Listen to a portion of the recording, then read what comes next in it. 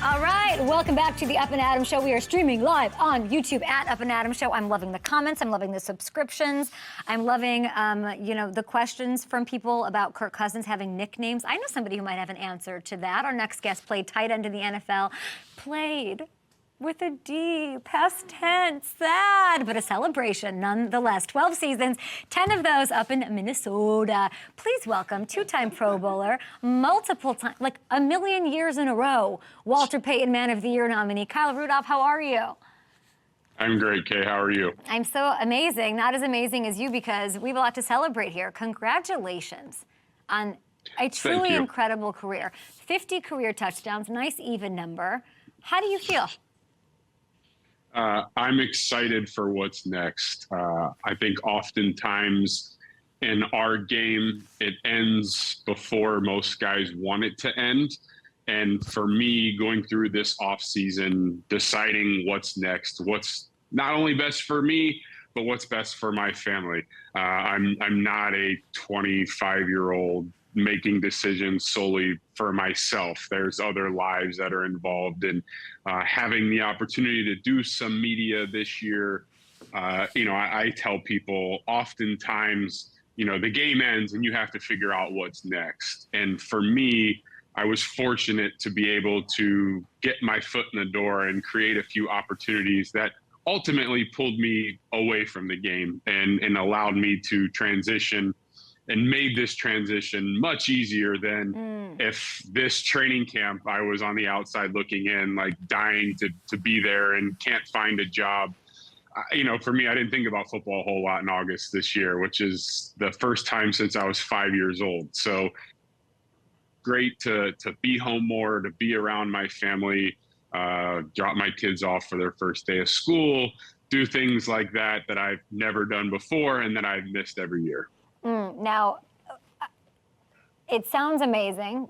We're going to miss you out there, not just for what you did on the field, but truly, congratulations on being such a great example for everyone who loves the NFL, who wants to play in the NFL or be a fan and help in the community. I mean, your work with End Zone Foundation, your work with muscular dystrophy, we would run up against the end of the show if I were to list the amount of things that you were involved in. So what are you, if you look back a little bit to these 12 years, what are you most proud of? I think the biggest thing, I was just on radio with my former college coach, Charlie Weiss, and he asked me a similar question. And when I think back, it goes far beyond just my 12 years in the NFL. It's 3 years at Notre Dame, 4 years in high school. I mentioned I started playing football when I was 5 years old. And the thing that sticks with me from every level of football along the way are the people.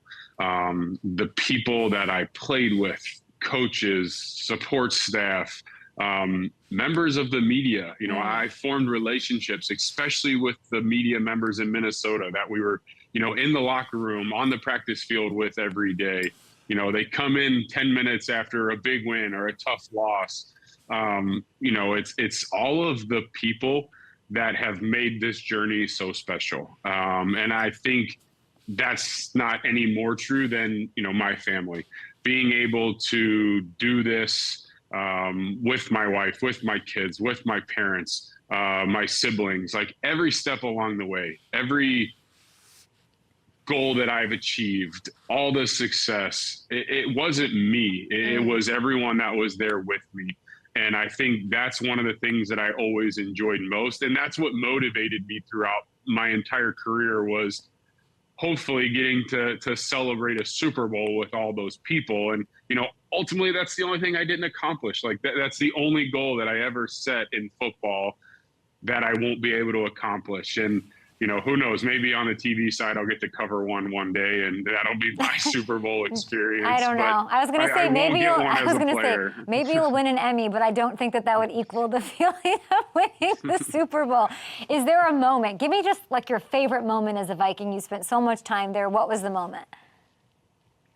Not to bring up the New Orleans touchdown again, but and it's not even so much the touchdown. It's 10 minutes after this, I was on, you see Chris Myers right there in the background. So I was with Chris Myers immediately following. I do the interview on the field, and it's straight into the tunnel. Every person that's there along the way, it's in the locker room following the game, just celebrating with everyone, because you put so much into every game, every week along the way. But then in the playoffs, if we don't win that game, that team's never together ever again. And so, just kind of the joy and celebration in the locker room, that trumps the actual touchdown catch 100 times for me. Again, it goes back to the people and being around the men and women who poured their lives into allowing me to make that 4-yard catch. And again, could have been anyone that made that play. I just happened to be the one to catch the ball. And it was really the celebration with everyone there following. Yeah, I mean, it was in the Superdome, which had to be in. I was actually at that game. I thought the Saints were going to win the Super Bowl that year. You helped ruin it. It was absolutely incredible, and I like all the extracurriculars. How does it rank up against catching what was your last touchdown catch, number 50, from Tom Brady? That's a funny story because, 2019, I catch a touchdown in US Bank Stadium. 2020, my last year in Minnesota. It was my 47th touchdown. So it's like, oh, perfect. I'm going to get right. 50, 60. I'm going to catch a lot of these. I catch one touchdown that year. I catch one touchdown in 21 in New York. And now we're in the last game of the regular season in Tampa. And I still have 49. Obviously, 50 would have been really cool. And quite honestly, I just chalked it up. It's like, it's not meant to be. I had 2 years in a row of one touchdown. I never only had one touchdown throughout my career. And you know what? I was like, it is what it is. And first drive of the game, Tom's playing in a game that doesn't mean anything, but that's Tom. He wanted to be out there. He wanted to play. He wanted to compete. And he breaks a couple records on the first drive of the game. It was 3rd and goal, and that was my first play of the game. They called me from the sidelines. I'm like, oh, my God, I might have a chance to score a touchdown. So I catch the touchdown, and I know it was 50. So I keep the ball, go straight to the sidelines, give it to the equipment manager. They're going to get it painted up for me, 50th career touchdown, and all of that was cool. But then it was kind of what happened a month or so later. Tom retires. That was Tom's last regular season touchdown. So you have the greatest player that ever played our game.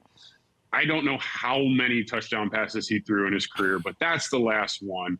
And yet that ball is painted in my office, and it says Kyle Rudolph's 50th career touchdown, not Tom Brady's last career touchtown. So I joke around that I have that ball, and I've completely devalued it by putting my 50th career touchdown on it. I think he's got enough game balls. He's got his trophy. His trophy case is looking pretty okay.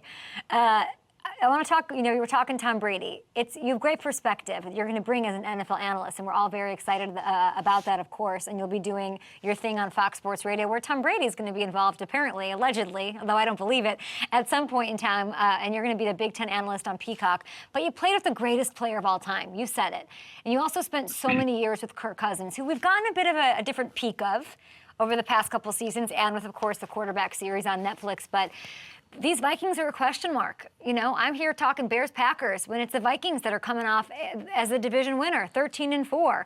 First-round exit in the playoffs that everybody blames on Kirk Cousins, even though the team has the 31st ranked defense in the NFL last year. So if we put on your NFL analyst hat here, what do you make of Kirk Cousins, and should he be the quarterback next year? Well, I think there's a reason why Netflix did the documentary Quarterback, and it wasn't about any other position on the field. That position, rightfully so, gets way more credit when they win, and they also take way more scrutiny when they lose. Somewhere in the middle is reality. And, football is ultimately a team game where, it takes the other 10 guys on the field doing their job to win that playoff game where most of the scrutiny was ultimately placed upon Kirk. But, I look at that Vikings in a division now where for the first time in 30 years, you don't have Brett Favre or Aaron Rodgers on the other side of the border to battle against for that division. The Bears are a lot better. I see the Bears as kind of a Philadelphia Eagles a couple years ago, where you have a young quarterback on a rookie deal who's super talented, can run the football, can throw the football, but you have so much money to spend everywhere else because you're not spending $50 million on your quarterback. And then you have the Detroit Lions and what they've built in Detroit. So, it's a division that's really up for grabs for the first time. Who's winning it? Who's winning the North? The Vikings are going to win it. Yeah? The Vikings are going to win the North. Yeah, Because... I think the Vikings repeat in the North. And I think ultimately it's because of Kirk Cousins, Justin Jefferson, TJ Hawkinson. I mean, you look at Kevin O'Connell and what he's done. He comes there in his first year as a head coach, and you mentioned it, double-digit wins, obviously an early playoff exit, but how often are first-year head coaches that are going through that transition having the success that he had in year one? Yeah. There's just a heightened level of comfort in the second year together. But why do people have so many questions, Kyle, about Kirk? Like, I don't hear the Kevin O'Connell questions. It's just about, Kevin O'Connell, you could say, we don't know if he can do it. We don't know how good he is. He's new still. Kirk isn't, right? Kirk is, we know what Kirk is. Why does he get so much criticism? Because he's a highly paid quarterback that hasn't won a Super Bowl. And whether it's fair or not, quarterbacks are measured off of one thing, and that's wins or losses. I said it earlier, there's 10 other guys that should get a lot more credit when Kirk wins big games. And there's also 10 other guys who deserve some of the blame, sometimes 11 other guys, whether it's defense, special teams, when you lose. So, whether it's right or wrong, I mentioned it before, there's a reason why that documentary on Netflix is about the quarterback position. It's the most high profile position. These guys are the ones constantly under the microscope, constantly being scrutinized. And for Kirk, that's not going to go away until he goes and plays in a Super Bowl and wins a Super Bowl. That's how you're measured. When you're making that much money, we brought Kirk to Minnesota in 2018 to win a Super Bowl. We were coming off of an NFC championship loss. So there was only one way to go, and that was to take the next step to win a Super Bowl, and they haven't been back to the NFC championship since. Right. So I think that's why you see the scrutiny, is because he was an extremely high-paid free agent who came to Minnesota to take that next step, and they haven't been back since. Okay, well, it's a great answer. Quarterbacks that are highly paid have a target on their back. Daniel Jones will be a guest on my show every Tuesday. I know nothing about this kid, zero. What I do know is that in the world of sports media, and I'm happy to hear it, a place filled with venom for anybody who's not doing what they're supposed to do. Everybody was rough on him in the beginning, but now everyone's saying he's going to be Eli Manning. Like, those are lofty expectations for this quarterback. What should I expect in 2023 from Daniel Jones? I think you expect a guy who takes another step forward off of what he showed last year. You look at DJ and the circumstances that he was placed in his first 3 years. That organization did everything possible to screw him up. You draft the kid 6th overall. Many people thought he was overdrafted, but they saw a skill set. And I say this all the time, and I think people started to see it a little bit last year. No one wants to give him the credit of being this kind of freak athlete because he's a nerdy kid from Duke and he just doesn't have that about him. And he tripped. That sucked. But he tripped running 22 or whatever, 23 miles an hour. He was running faster than Lamar Jackson ran that year. So, people don't want to give him that credit because it's just not his nature. It's not his personality. But he's as talented. I said this when I got to New York. He's as talented, if not more talented, than any quarterback I had played with up until that point. And now you're starting to see his skill set shine through under an offensive-minded head coach in Brian Daboll, who is putting him in situations. I was with Kafka as a backup quarterback in Minnesota, and now seeing him as an offensive coordinator and the things that he's implementing there. These guys, we keep talking about the quarterbacks and the quarterback position. If you don't put them in a situation to be successful and surround them with guys up front to protect them and playmakers around them, they're not going to have success, especially early in their career. You see late in the guy's career, whether it's, Aaron or Drew, Tom, those guys will make others around them better. Patrick Mahomes, look at what's happened over 100%. the last couple of years in Kansas City. Tyreek Hill leaves, all the Chiefs won't be the same, yet it's just a new cast of characters at wide receiver that Patrick makes better, and they go win another Super Bowl. So I think young quarterbacks like DJ, you compared him to Eli Manning, I think that's the best trait about him is he has a similar personality to Eli, to where all of that media in New York City and all of the outside perspective won't bother him. Okay. Whether it's through a great season and a playoff win like last year, or when the New York Giants have adversity like they will at some point this year, that adversity is not going to bother him. He's going to show up to work every day and give you everything he has to go out and help his team win.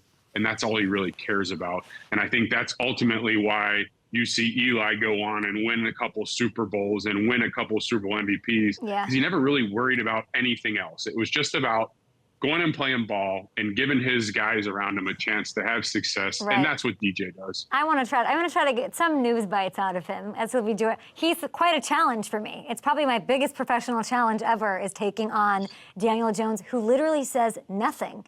He does not say anything, and I want to open him up a la Eli just a little bit. Listen, you are open for business. You are vulnerable. You are ready to be an analyst. Be sure to listen to Kyle on his new show, Fox Football Sunday, that he's working on. It debuts this Sunday, September 10th from 8 to 11 p.m. Eastern on Fox Sports Radio. Congratulations on such an amazing career. And say hi to Deebo Samuel on your way out. Hey, Deebo, wish him a happy retirement. 12 years in the league. Do we have Deebo? Congrats on an awesome career, bro. I appreciate it, Deebo, man. Best of luck this year. All right. Appreciate you. Kyle's out. Deebo is in after this break. The Niners do it all. Just offensive weapon. OW, Deebo Samuel on the show.